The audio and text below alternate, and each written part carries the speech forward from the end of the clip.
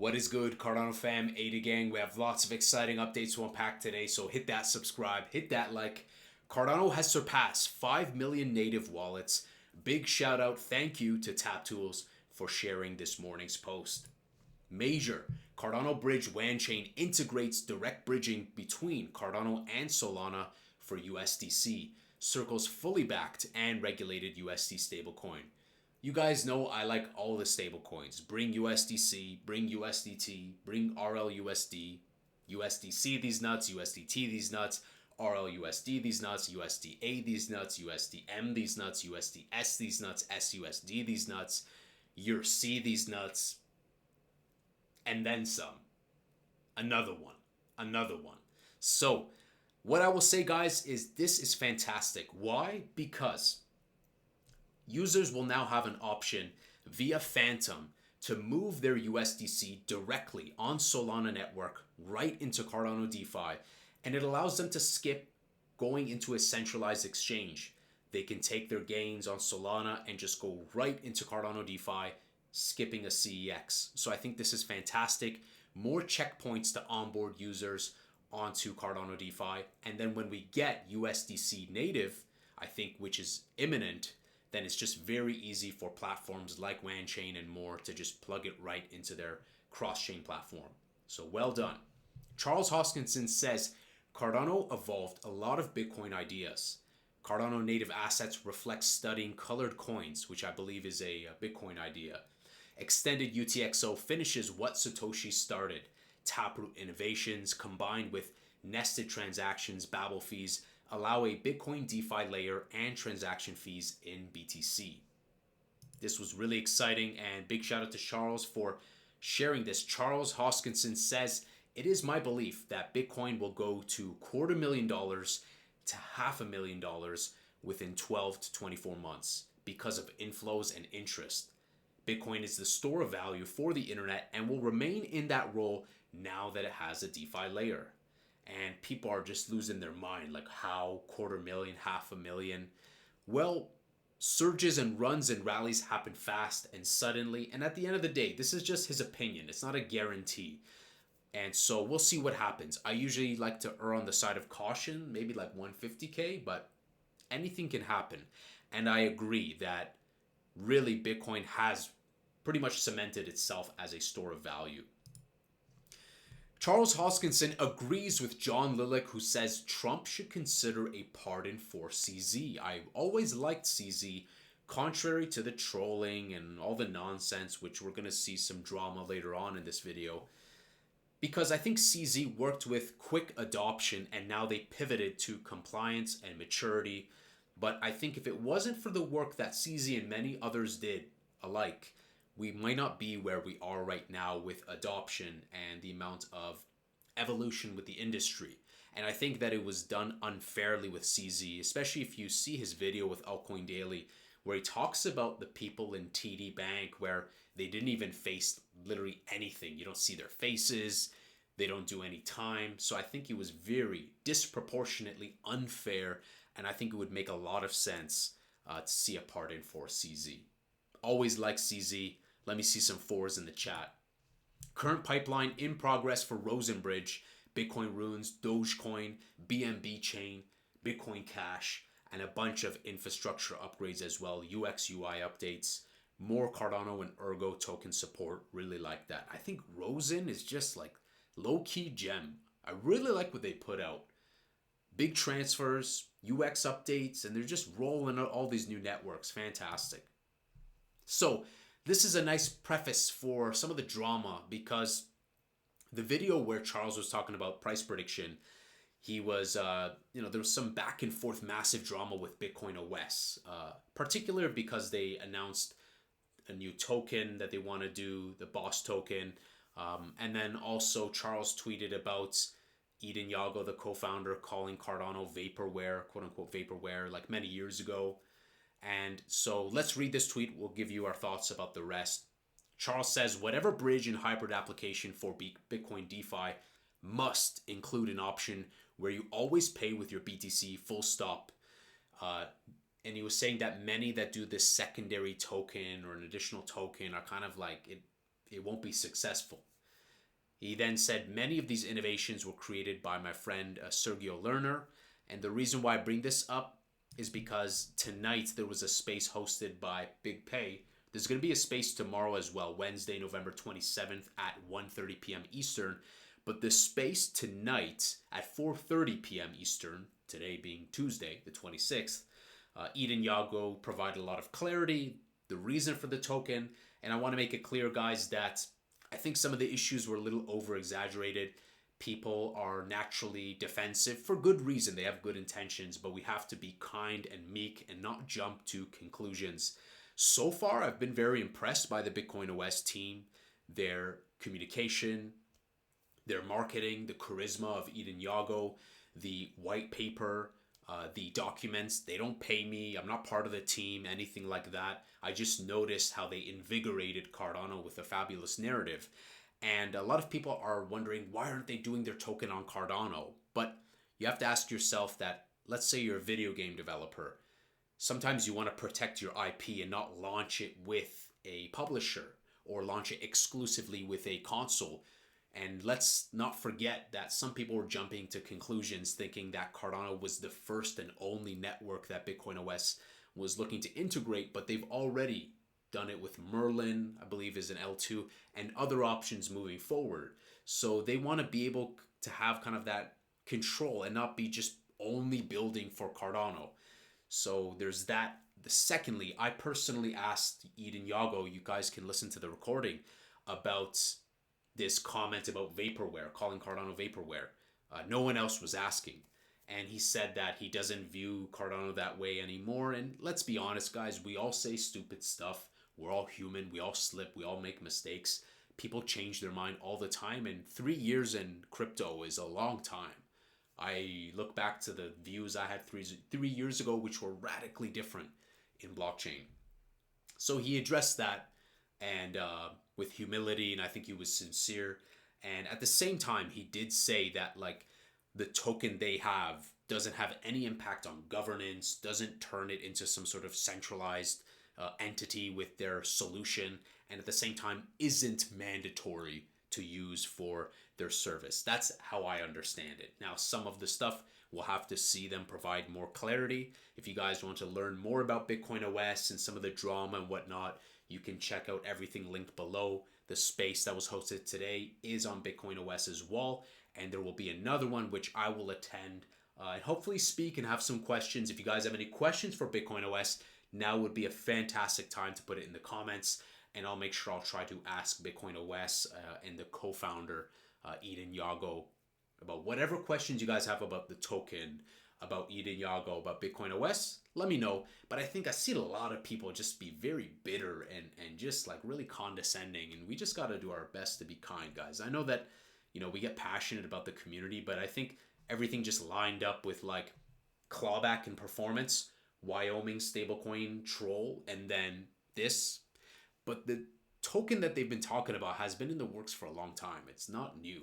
So sometimes people just get very, very emotional, but they mean well. So it's okay. We'll move forward, and I'm sure it's going to be fine. As a result of this, Charles says, I just had a great call with my friends at Fairgate. So the name that I dropped there, Sergio Lerner, he says, it's still as brilliant as I remember. And if we go back to this tweet, which is a verbatim quote by Charles, many of these innovations were created by my friend Sergio, which, what are those innovations? Well, we refer to BitVM, right? So BitSnark by BitcoinOS is kind of some innovations on top of BitVM, BitSnark, which is their VM for BitcoinOS. But let's now dive into kind of a different realm of this goodness of interoperability, DeFi on Bitcoin. So let's take a look. He linked Fairgate, so let's read this together. Building universal computation solutions on Bitcoin. About Fairgate. Fairgate is a research pioneer in the field of privacy-enhancing technologies and multi-party computation.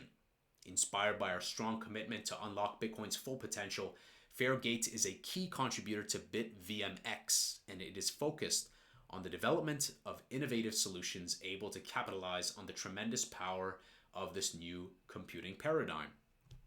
This is one thing I want to note too. I see a lot of this or that on Twitter. It's either this or either that. It's either Bitcoin or it's either ADA. It's either ADA or it's either XRP. Guys, I got ADA, I got Bitcoin, I got XRP, USDC, these nuts, USDT, these nuts, Fairgate, these nuts, BitcoinOS, these nuts. DeFi is about competition, build and they will come.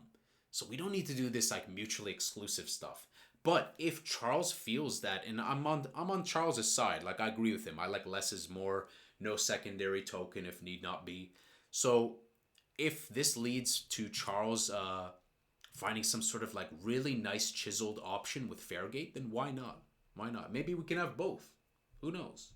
From BitVM to BitVMX. So BitSnark, if you recall, was kind of building upon BitVM, and they were talking about their zero knowledge proofs on Bitcoin mainnet. In 2023, Robin Linus discovered BitVM, clever mechanism to use the current Bitcoin scripting system to verify arbitrary conditions and restrict Bitcoin spending based on those conditions, assuming miners cannot censor transactions. The proposal was soon expanded from the two-party setting to n-party protocols, while BitVM, also known as tap-leaf circuits, was only of theoretical interest. Soon afterwards, he proposed two improvements that make it practical, BitVM1 and BitVM2. We pushed the research forward with BitVMX, improving both pre-computation, on-chain V-bytes consumed, round complexity, and design simplicity. And Charles also noted that they've been making some innovations also with IOG. So we might see some sort of in-house option, maybe some Fairgate implementation, something with Sergio, maybe BitcoinOS as well. Who knows? We might see multifaceted options, Fluid doing their thing, Babel feeds these nuts. It sometimes becomes very tough for me to wrap my head around. And I'm not a developer, so excuse me for my ignorance. I'm just trying here. BitVMX is a new framework to optimistically execute arbitrary programs in Bitcoin based on the n-party disputable computation paradigm pioneered by BitVM. BitVMX framework provides the foundations to run any CPU on Bitcoin with a focus to run a fully compliant RISC-V processor programmable using a standard compliance toolchain. And I think this is that virtualization that's kind of Charles was alluding to. Working with its partners and the community, Fairgate is creating the first secure, extensible, open source, and token agnostic smart contracts platform on Bitcoin. Okay, I like that last sentence. I like that. I really like that. I mean, maybe this is aligning more with the mission of Charles. This revolutionary framework can be used to develop blockchain bridges, aggregator oracles, and snark/stark verifiers. As soon as BitVMX is able to run a snark verifier, a myriad of new use cases can be brought to Bitcoin, from ZK-rollups to crazy use cases such as Zero Knowledge Contingent Payments, i.e. autonomous bug bounties paid for disclosure of vulnerabilities. Well, this sounds pretty promising, so we'll see what happens. Very nice. I really like this website, the dark and light mode, and there's a lot of jargon, but at least it gives us a nice explanation. So let me know, guys. Finally, have you ever heard of this Fairgate you ever heard of Fairgate, and what do you think about this stuff? Have you been keeping up with any of this kind of drama with BitcoinOS? I think, we'll see an option that satisfies everyone. I think everyone will move forward successfully. BitcoinOS, Cardano, Fairgate. I think we'll see some very exciting times. It's good to see friction in the Cardano community because it shows that we're very passionate. That's a good takeaway. If there's a good takeaway, is that we're not complicit and just quiet. People care. So let's move on now to price, right? What everyone really cares about. So we're doing pretty good. I know people think, oh no, what is going on? We're going down, but we're still up like 3x from the low floors that I've been saying, which were good buying windows. I think, guys, that it's not good to see constant parabolic. You need to have those clawbacks. I think we'll see a surprise pump post Thanksgiving. And I still remain unchanged with my predictions of Q1, Q2 of 2025. I think we can easily surpass $5 to $7. And I customized this a bit for you guys to make it a little zesty. So I removed the vertical lines on TradingView. Orange line here is Bitcoin dominance, BTC.D. Blue line is ADA in USD. This is Litecoin in the green, and then XRP in gray. And notice when I hover my mouse over the bottom of altcoin season, you see the tops of ADA, Litecoin, XRP. Once again, you see the first top for Cardano around that $2 mark. The Litecoin top, second all-time top high, and also XRP's all-time high. You come to the second part, and again, same thing. And so when you look, neither has Bitcoin dominance tumbled, nor has Litecoin even touched 1/3. It's barely scratched 1/3 of its all-time high. So there will be weird performers going on that confuse us, like XLM touching its ATH, Solana hitting new highs, BNB, but those are exceptions to the rule. They're performing quite extraordinary. And when it comes to the rest of the projects, they still have to follow this. And so I decided, you know what, let me just put these side by side, and y'all can see pretty much that they're following a certain trend, and that trend is pointing to Bitcoin dominance pretty much maxing. It didn't go anything higher than 60.4%.